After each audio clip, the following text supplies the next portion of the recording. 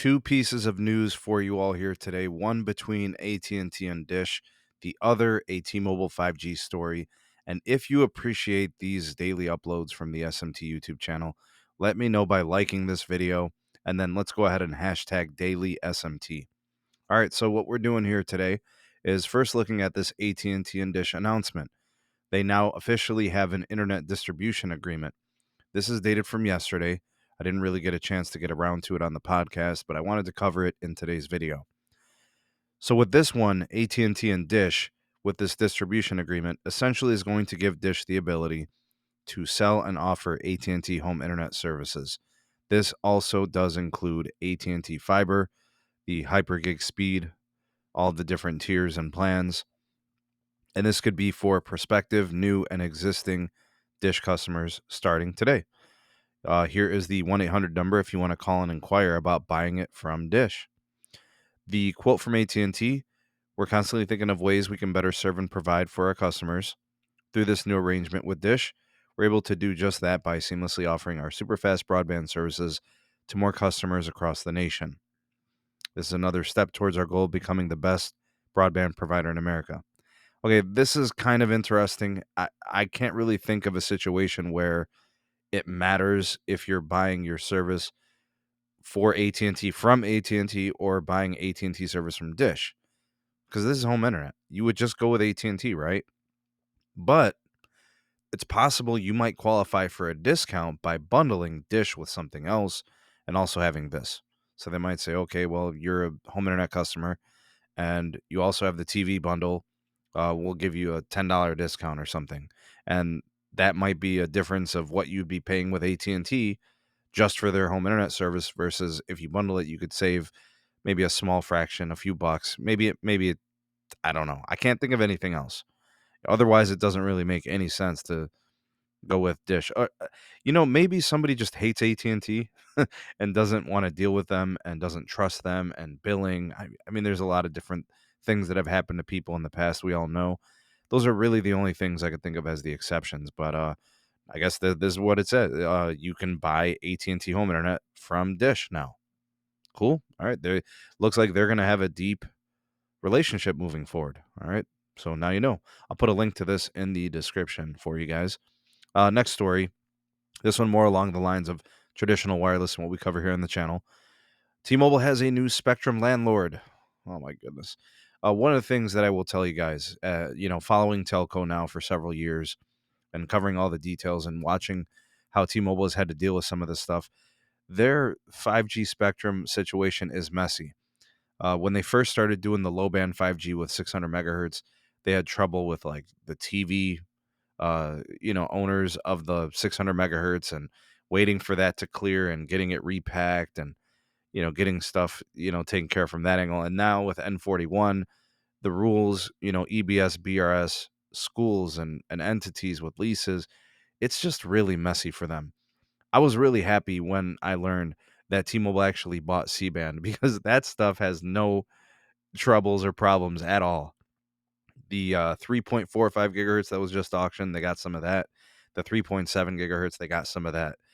That stuff is going to be unadulterated, perfect, wonderful, fantastic.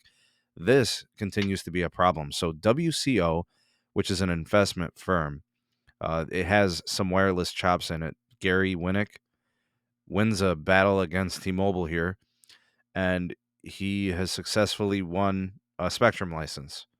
And this is from the Owasso Public School District, one of the largest in Oklahoma. T-Mobile is leasing that mid-band spectrum from them. Talking about the N41 there, the 2.5 gigahertz. The transfer approval would mean that the firm would own the license, and then T-Mobile would be renting from them. So another situation where T-Mobile has another landlord for their spectrum licenses.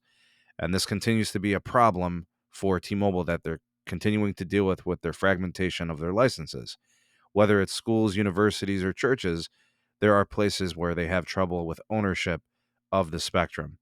Because of this, N41 is fragmented. We see parts where they only have, parts of the country where they have like 40 megahertz of it, some parts where they have 60, some parts they have 160, some parts they have 120.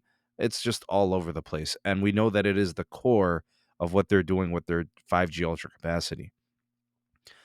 And I, frustrating as ever, but it looks like these spectrum licenses have value because these companies, they see T-Mobile as a cash cow, and they know that T-Mobile wants to utilize all the spectrum to deepen their channels to create capacity for their network. And T-Mobile uses their 5G network for two use cases. They do it for traditional mobility, and they also do it for fixed wireless for home internet. And in these places, they can't offer the home internet because they can't really produce the capacity they need. So it's going to limit the people that want to use the service. And this is why I often say this is the most unfortunate thing about it, is there are people in rural America where T-Mobile might be willing to do a tower upgrade, put up the N41 gear, but they're limited by how much spectrum is up there. And because of that, you're hoping that things get cleaned up here with this next spectrum auction. And I wish the FCC would just come in, step in, and clean this up once and for all.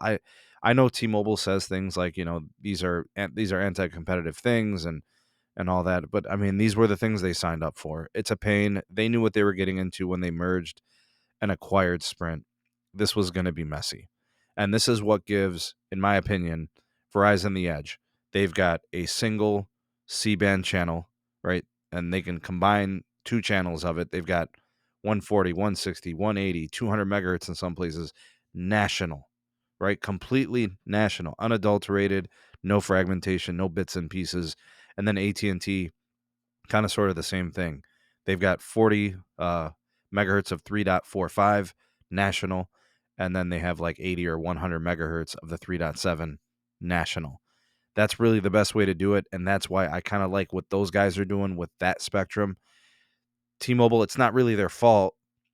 We're not assigning blame, but they signed up for this when they knew what they were getting into with Sprint. This is what it was going to be, crappy and crummy, but this is where we're at. Let me know what you guys think of the story. I'll do a link in the description for this one as well. Sound off in the comment section below. You are the voice of the people, the SMT Nation. Let your voice be heard. Please do like, share, and subscribe. Turn on that bell notifications to never miss an upload. Links for my Patreon page, email, and Twitter are in the description as well. Thanks for watching. See you all in the next video. Peace.